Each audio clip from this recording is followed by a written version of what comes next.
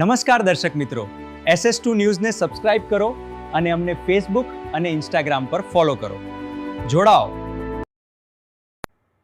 સ્થાનિક સ્વરાજ્યની ચૂંટણીમાં જે રીતે માહોલ બન્યો છે અને જે રીતે ઇન્ટરનલ સૂત્રો દ્વારા માહિતી મળી છે પ્રમાણે આમ આદમી પાર્ટી ખૂબ મોટી સફળતા મેળવી રહી છે, ત્યારે ભાજપ ફાંફડી થઈ ગઈ છે. ભાજપ ડરી ગઈ છે.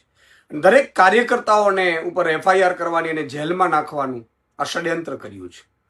એટલું નહીં, અમારા લોકપ્રિય ધારાસભ્ય ગોપાલભાઈ ઇટાલિયાને પણ ધરપકડ કરવાનું જે રીતે સૂત્રો તરફથી માહિતી મળી છે પ્રમાણે ષડયંત્ર રચાયું છે. ગોપાલભાઈ ઇટાલિયાની ધરપકડથી શું થશે? ગુજરાતના નાગરિકોને ન્યાય મળી જશે?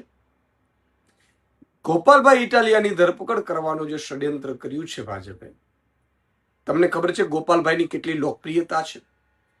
ગોપાલભાઈ માટે લોકો રસ્તા ઉપર ઉતરી આવશે. ગોપાલ ઇટાલિયાને જે રીતે પરેશાન જેટલું તમે કરશો એટલા જ લોકો ગુજરાતના એ રસ્તા ઉપર ઉતરી આવશે. આગામી ચૂંટણીઓમાં પણ ભાજપના કાર્યકર્તાઓ પણ જે ગોપાલભાઈના ફેન છે એ પણ ભાજપ વિરુદ્ધ મતદાન કરશે.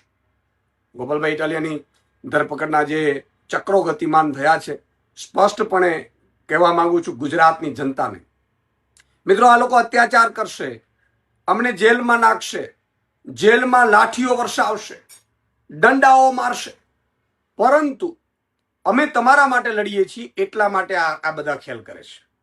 તો તમે જ્યારે ચૂંટણીમાં મતદાન કરવાનું આવે, ચૂંટણીના દિવસે મતદાન કરવાનું આવશે, ભલે અત્યાર સુધી તમે ભાજપમાં હો, કોંગ્રેસમાં હો, પણ બટન ઝાડુનું દબાવજો, જેથી કરીને આ અત્યાચારોને ખબર પડે કે અત્યાચાર કરવાથી અમારી ગુજરાતની જનતાનો અવાજ તમે દબાવી નહીં શકો. આ ગુજરાતની જનતાનો અવાજ છે અને એટલા માટે હું સૌને અપીલ કરું છું, ગોપાલભાઈની ધરપકડ થાય તો બધા લોકો એ ઉતરી પડજો એના સમર્થનમાં, અને સાથે સાથે ચૂંટણીમાં તમારે ઝાડુનું બટન દબાવવાનો છે. આ અત્યાચારોને અમે સહન કરી લેશું, પરંતુ પછી અત્યાચારો ન થાય એના માટે બટન ઝાડુનું દબાવજો. જય હિન્દ, જય જય ગરવી ગુજરાત.